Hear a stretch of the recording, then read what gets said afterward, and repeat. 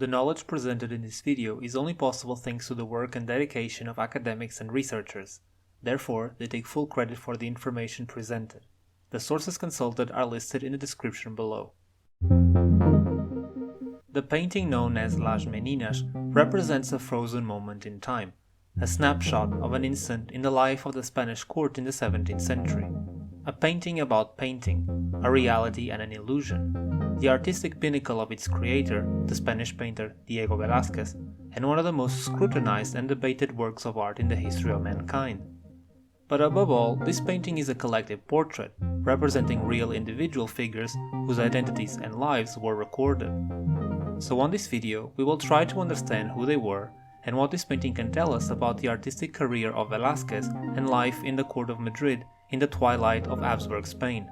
Before we start, don't forget to like and subscribe.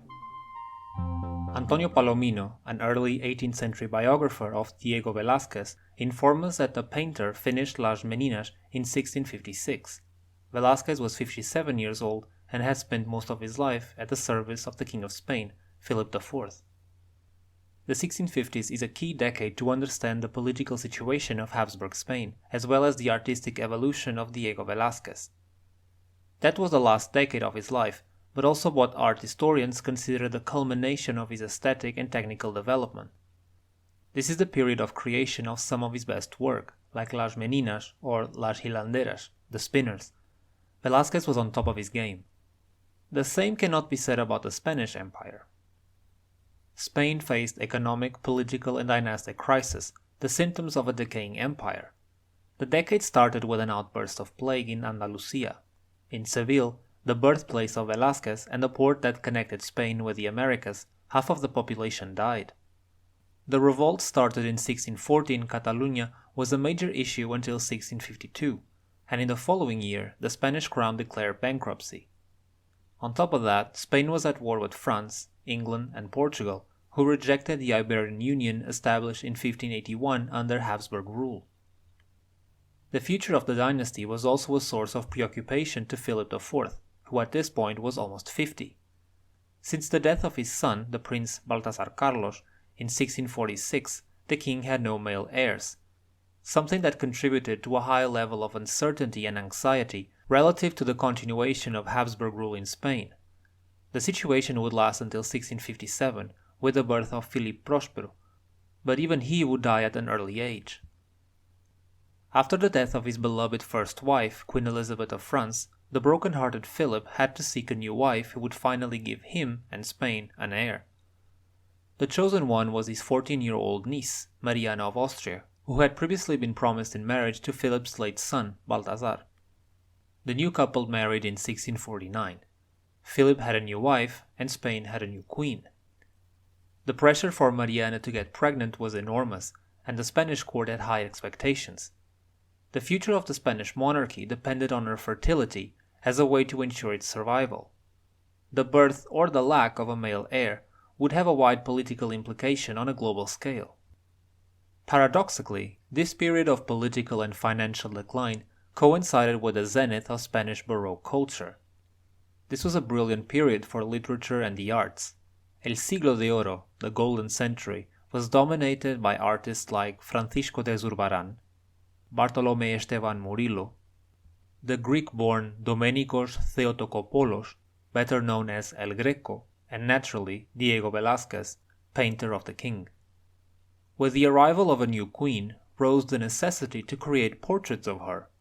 These would serve as easy to circulate physical manifestations of her identity, showing Mariana to her new subjects and the courts of Europe as a new symbol of a promising Spanish future. The same necessity rose, although for different reasons, in the case of Philip's only surviving child from his first marriage with Elizabeth of Bourbon, the Infanta Maria Teresa. Maria Teresa was now in a marrying age, and updated portraits of her were needed to accompany the Spanish envoys tasked to negotiate possible marriages and alliances for her. The royal family had an urgent and renovated necessity of updated portraits, and none other than Velázquez was in the position of satisfying that need. The only problem was, in the beginning of the 1650s, Velázquez was absent from Spain. Some months before the arrival of Mariana of Austria in Madrid, Velázquez traveled to Italy, remaining there for 3 years. In the 17th century, Italy was regarded as the pictorial artistic center of Europe, and the work of the Italian masters like Titian, Veronese, and Tintoretto the most admired amongst artists and patrons. Velázquez was already familiar with their work through their paintings present in the Spanish royal collection, a collection that he knew in great detail and that had a profound impact in his artistic creation. But traveling to Italy was experiencing them on a first hand and a direct exposure to the classical world. This was Velázquez's second trip to Italy. He had previously been there between the years of 1629 and 1631. Paintings like the Forge of Vulcan, a large-sized canvas painted in Rome by Velázquez, clearly show this first influence of Italy, in this case with the choice of a mythological scene and his representation of the male nude. His first Italian experience would also be reflected in his work after his return to Madrid. In his second trip to Italy, 20 years later, Velázquez's main mission was to collect artwork for the king, shipping paintings and sculpture to Madrid. But, once again, the contact with Italy renovated its plastic expression. The so-called Rockaby Venus is possibly the best example of his work in this period. A painting clearly inspired by the Venuses of the Italian masters. Curiously, this canvas, depicting a full female nude, was something that, at least technically, Velázquez was forbidden to paint in his homeland, dominated by the Holy Inquisition. His Roman portraits are equally some of his most celebrated works. It's known that Velázquez painted about 12 portraits in Rome. Half of those are today clearly identified by art historians. The portrait of his enslaved assistant, Juan de Pareja, caused a stir in Rome for his lifelike quality. After his success, Juan de Pareja was freed by Velázquez in 1654, establishing himself as an independent painter in Madrid. But the majority of his portraits represented figures of the papal court in Rome. The Cardinal Camillo Massimi, a patron of the arts. A portrait until recently believed to be a representation of the barber of the Pope, but now identified as Ferdinando Brandani, an official of the Secretariat of the Pope. Shortly after sitting for this portrait, this man was condemned to the galleys for his acts of corruption. Cardinal Camilo Astalli, equally portrayed by Velázquez, also fell in disgrace sometime later. It's interesting to note that, in the last two cases, even before the identity of the sitter was known, art historians pointed, based solely on the way that Velázquez painted them, that these were individuals with questionable moralities. According to Javier Portush, conservator of Spanish painting in the Prado Museum, Brandani comes across as an untrustworthy man, and with his tilted hat, Cardinal Camilo Astalli appears almost coquettish. These precocious interpretations prove the capacity of Velázquez in portraying human nature as well as the individual personalities of his sitters. From Madrid, the king insisted on his return, but it's clear that Velázquez had no intention of leaving Rome at that moment. This stubbornness of Diego Velázquez had personal, artistic, and intellectual reasons. It is known that Velázquez had a son in his second trip to Italy. Note that from his marriage with Joana Pacheco, Velázquez only had 2 daughters, Francisca and Inacia. In 1650, he was admitted in the papal court. In Rome, Velázquez discovered an erudite and sophisticated intellectual environment, much freer than the Spanish court, and a place where artists were socially admired and appreciated. In Spain, the situation was very different. Velázquez was born in Seville in 1599, in a modest family of Portuguese origins, with a few drops of noble blood. Despite his meteoric rise and the stable financial situation he enjoyed throughout his life, that was not enough in the Spanish court. Velázquez wished fervently to be given the status of a noble. His best chance was to be given the title of knight in one of the prestigious monastic and military orders. None was more prestigious in Spain than the Order of Santiago. When the process was opened for him to obtain his knighthood, several problems were detected in his application. One was the lack of evidence of what was called the cleanliness of his blood, that is, the absence of Jewish blood. It's quite possible that his Portuguese ancestors were new Christians, Jews that converted, or were forced to convert, to Christianity in the late medieval period. The new Christians were the main target of the Inquisition both in Portugal and in Spain. Another issue was his profession. In Rome, Velázquez found the support he was looking for in order to get his knighthood. One of his supporters was Pope Innocent X, who used the spectacular portrait Velázquez made of him as one of the arguments for Velázquez to get his knighthood in Spain. In Madrid, this type of argument had the opposite effect. In fact, when summoned by the Council of the Order of Santiago, the supporters of Velázquez tried to downplay the fact that he was a professional painter, as painters, although celebrated, were seen as socially inferiors. For these reasons, it's no surprise that Diego Velázquez had no rush returning to Spain. The portrait of Innocent X was the culmination of Velázquez's second trip to Italy, showering him with glory and fame. There are two versions of this portrait, one in Italy and a smaller 3/4 length one in England. Velázquez painted a third one, bringing it with him when he returned to Madrid. When Velázquez died in 1660, that version, now lost, was included in the inventories of his possessions made after his death. Facing the strong pressure from Filipe IV, Velázquez returned to Madrid in 1651. His task of portraying the royal family could finally begin.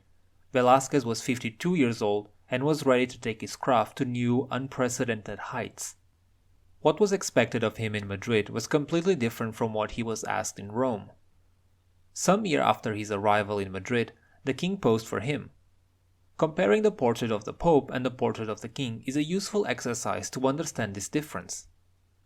According to Javier Portús, in the case of Innocent X, Velázquez painted a man who projects himself on the spectator, a man full of power and emotions.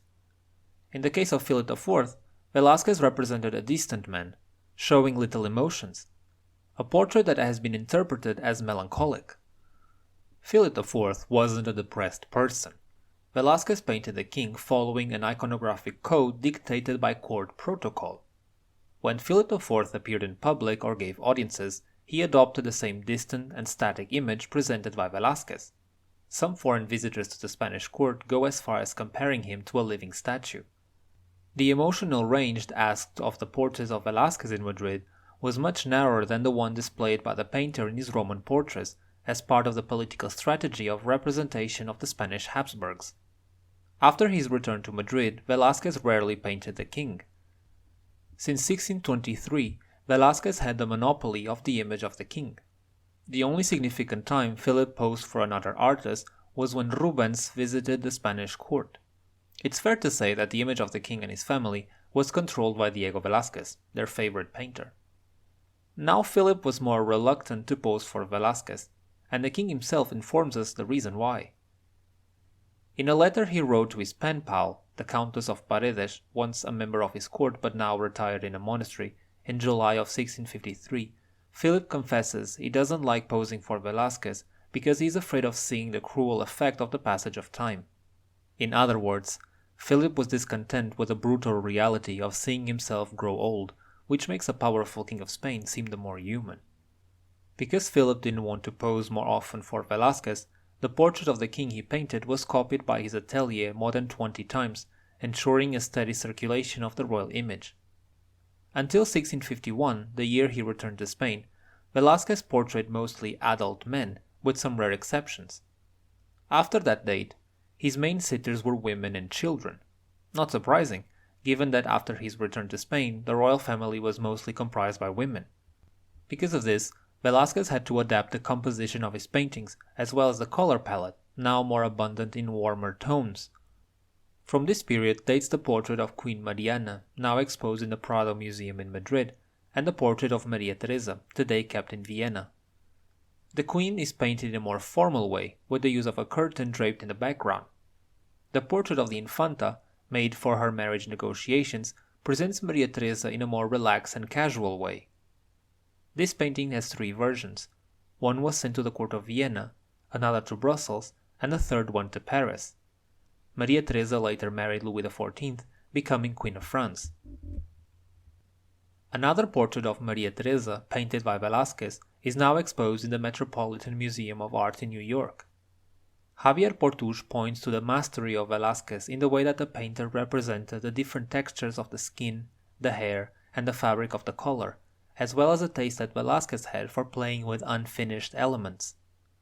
When Velázquez returned to Madrid, Queen Mariana was pregnant. The court and the king expected the birth of a boy who would one day succeed his father. For the disappointment of the court, a girl was born, Margarita Teresa. Margarita was portrayed by Velázquez several times in her life, to the point where it's possible to accompany the growth of the child from around 2 years old in 1653 to 8 years old in 1659. Today, the work of Velázquez and the image of Margarita are inseparable, and one is rarely mentioned without the other. In fact, Velázquez's most famous painting, Las Meninas, represents, amongst others, Margarita. As was said before, Diego Velázquez finished Las Meninas in 1656.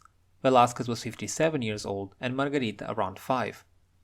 Possibly in the same year, Velázquez painted an individual portrait of the Infanta where she appears with the same height and using the same dress as in Las Meninas. Meninas, a Portuguese word, was how the maids of honor in the Spanish court were known. Therefore, Las Meninas can be translated as the maids of honor. Although Las Meninas is the name today given to this painting, it wasn't always so. In an inventory of the 17th century, it is registered as a portrait of Her Highness the Empress with her maids and a dwarf. Margarita is referred to as Empress because she married Emperor Leopold I in 1666. In the late 18th century, the painting is recorded as a portrait of the family of Philip IV. The name Las Meninas was only used for the first time in the 19th century. In his 18th century biography of Diego Velázquez, António Palomino identifies all the people present in the painting except for one. The Infanta Margarita is represented in the center, bathed in light. She is flanked on both sides by her maids. On the right, standing up but in a pose of reverence, is Isabel de Velasco. On the left, on her knees, is María Agustina de Sarmiento de Sotomayor, offering water to the Infanta. Margarita and her maids are fashionably dressed in all their finery, showing their high status as members of the Spanish court. Behind María Agustina, Velázquez painted himself in the act of painting, looking directly at the viewer. Next to him lies a large canvas that we can only see the backside.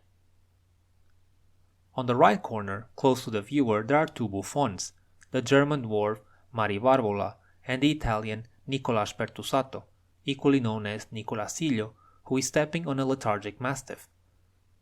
Behind Isabel de Velasco and Mari Barbola, two figures appear chatting at each other. The one on the left is a chaperone, Marcela de Ochoa. She is portrayed wearing a mongil, a costume similar to the one of a nun and used by widows of the elite. She is talking to a guardadamas, a guard, the only figure not identified by Palomino. The man framed by the door holding a curtain is José Nieto, chamberlain to the queen. Two more figures, although absent from the scene, are represented in the painting. On the back wall, a mirror reflects the image of the kings, Philip IV and Mariana of Austria, the parents of the Infanta. The only living member of the royal family not represented in Las Meninas is Philip's eldest daughter, the Infanta Maria Teresa. António Palomino informs us that the space in which the scene is located is the hall of the apartment of the prince in the Alcázar, the royal palace of Madrid. This apartment was previously used by Margarita's late half-brother, Baltasar Carlos, becoming Velázquez's atelier after his death. This was a long room, illuminated by 7 windows, of which Velázquez only painted 5. One of the most interesting aspects of this room in particular was its decoration, mainly the paintings on the walls. On the back wall, above the door, it's possible to see 2 large canvases. Although that area of the painting is quite dark, thanks to written documentation, historians were able to know what those paintings were. Like the room, those paintings were real, not an invention of Velázquez. The one on the right is Apollo as a victor over Pan, and the one on the left is Pallas and Arachne. These are both mythological scenes taken from Ovid's Metamorphoses. The ones hanging in the room were copies made by Juan Batista Martínez del Mazo, Velázquez's son-in-law, after originals painted by Rubens and his atelier made for the Torre de Parada, a royal hunting lodge on the outskirts of Madrid.